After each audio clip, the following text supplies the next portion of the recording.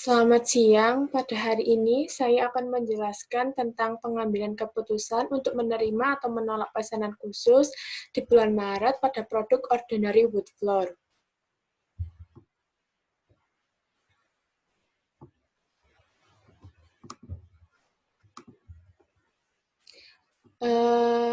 Yang pertama, sebelum kita menganalisis, kita akan mengcopy paste kartu biaya standar produk Ordinary Wood Floor dari pekerjaan kita di awal pertemuan kemarin. Setelah kita mengcopy pastenya, kita akan memulai menganalisis pengambilan keputusan ini. Yang pertama yaitu menghitung harga pokok penjualan. Untuk produk Ordinary Wood Floor ini, unit produksinya 6.000, ini kita dapatkan di tabel data 17, yang jumlah unit penawaran pada produk OW sebesar 6.000. Kemudian harga reguler, angka ini kita dapatkan dari tabel data 17 yang harga tawaran khusus pada produk OW sebesar Rp7.750.000. Kemudian total penjualan ini kita dapatkan dari pengalian unit produksi dengan harga reguler. Yang kedua yaitu analisis kapasitas. Di sini ada 6 departemen. Yang satuannya ini kita dapatkan dari perhitungan cost driver di awal pertemuan kita yang kemarin, di mana Departemen 1 ini cost driver-nya jam transport, Departemen 2 unit bahan, Departemen 3 JKL, Departemen 4, 5, 6 unit produksi. Kapasitas maksimal pada masing-masing departemen ini kita dapatkan dari tabel data 12. Kemudian kapasitas aktual ini pada masing-masing departemen kita dapatkan dari tabel data 15 yang konsumsi aktual cost driver tahun 2020, kita fokus di produk Ordinary Wood Floor, di mana masing-masing departemen ini kita mengambilnya sesuai dengan cost driver yang terpilih, contohnya seperti Departemen Lokon, atau Departemen 1 ini cost driver yang terpilih adalah jam transport. Maka nanti kapasitas aktual yang terisi adalah 2005. Kemudian Departemen 2 unit bahan. Maka angka ini kita dapatkan dari tabel 15 yang tadi, unit bahan sebesar 122.780. Begitu juga untuk Departemen 3, 4, 5, 6 kita mengambilnya berdasarkan tabel data 15 tadi. Kapasitas sisa ini kita dapatkan dari pengurangan kapasitas maksimal dengan kapasitas aktual.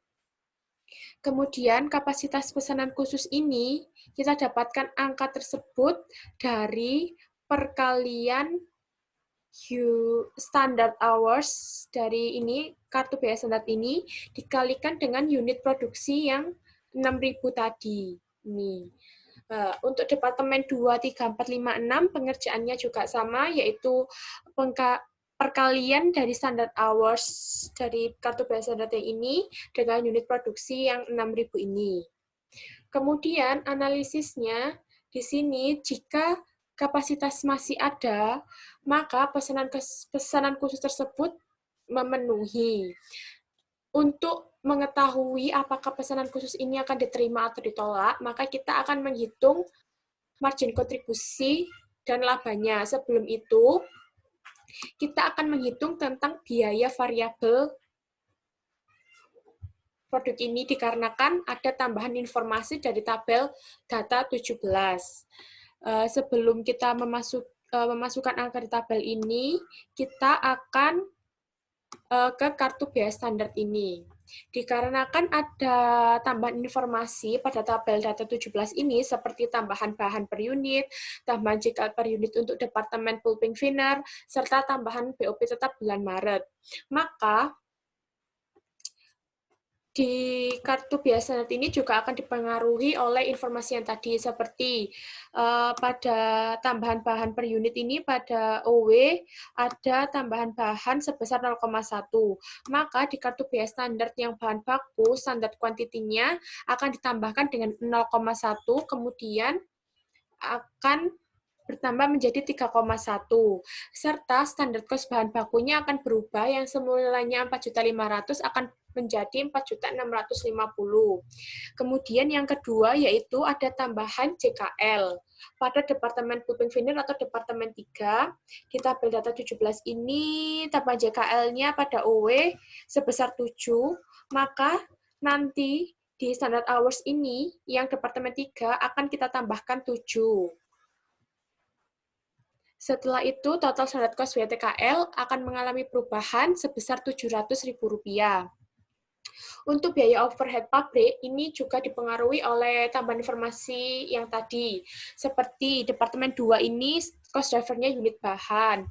Maka standard hours-nya juga akan ditambahkan dengan 0,1. Sama seperti tambahan bahan unit untuk OW 0,1 yang ini. Serta Departemen 3 yang cost driver-nya JKL, pada standard hours-nya juga mengalami kenaikan sebesar 11, yaitu penjumlahan dari angka 7 yang tadi. Setelah itu,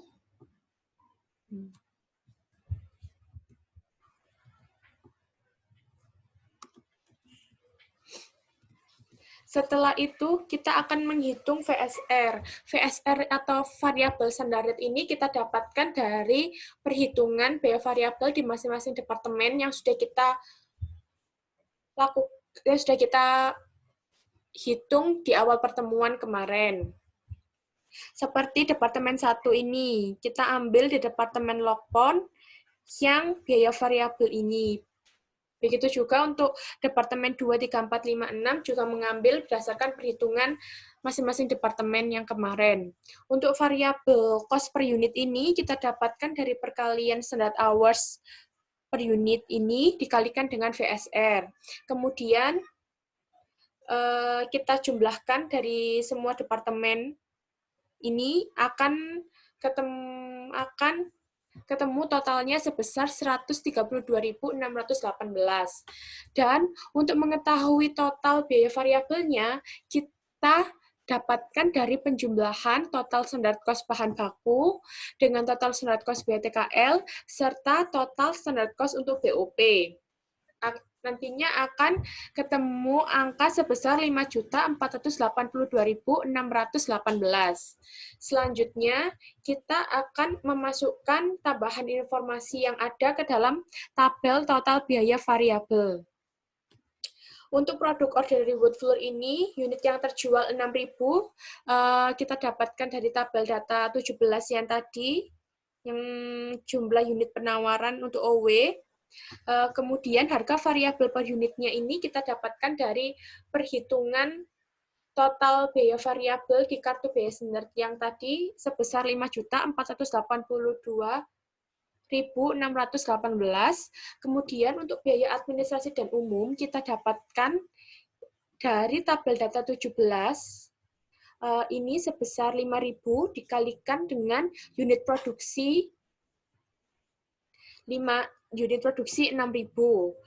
Kemudian untuk biaya pemasaran, angkanya kita dapatkan dari tabel data 17, yang biaya pemasaran per unit sebesar Rp25.000 dikalikan dengan unit produksi sebesar 6.000.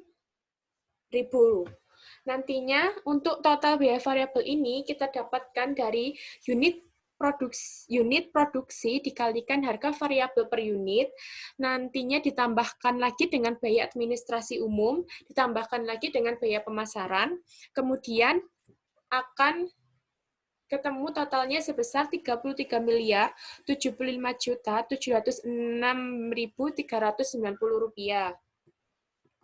Kemudian selanjutnya kita akan menghitung margin kontribusi produk ordinary wood floor ini. Unit produksinya 6.000 berdasarkan dari tabel 17 yang tadi. Untuk margin kontribusi per unitnya kita dapatkan dari pengurangan total penjualannya ini sebesar Rp46.500.000 dikurangkan dengan total biaya variabel yang tadi sebesar 33 miliar. Akan ketemu nantinya margin kontribusi per unitnya yaitu sebesar 13.424.000 juta sekian. Untuk margin kontribusi totalnya, kita dapatkan dari perkalian unit produksi dikalikan dengan margin kontribusi per unit. Sedangkan biaya tetap ini kita dapatkan dari tabel data 17 yang tambahan BOP tetap bulan Maret pada produk OW sebesar 60 juta. Serta laba ini kita dapatkan dari pengurangan margin kontribusi total dikurangi dengan biaya tetap. Selanjutnya, untuk analisis apakah produk ini akan diterima atau ditolak, dapat dilihat dari berdasarkan perhitungan di atas, karena produk Ordinary Wood Floor memiliki laba sebesar 80.545.701.661.047 rupiah, maka pesanan khusus produk ini masih bisa diterima. Untuk mengetahui apakah produk khusus ini akan diterima atau tidak, kita lihat dari laba yang telah kita hitung. Jika laba ini angkanya menunjukkan positif, maka pesanan khusus ini masih bisa diterima. Sedangkan jika laba ini menunjukkan angka negatif, maka pesanan khusus produk ini akan ditolak. Sekian penjelasan saya mengenai pengambilan keputusan pada produk Ordinary Wood Floor ini. Apabila ada kata-kata yang kurang jelas, saya mohon maaf. Wassalamualaikum warahmatullahi wabarakatuh.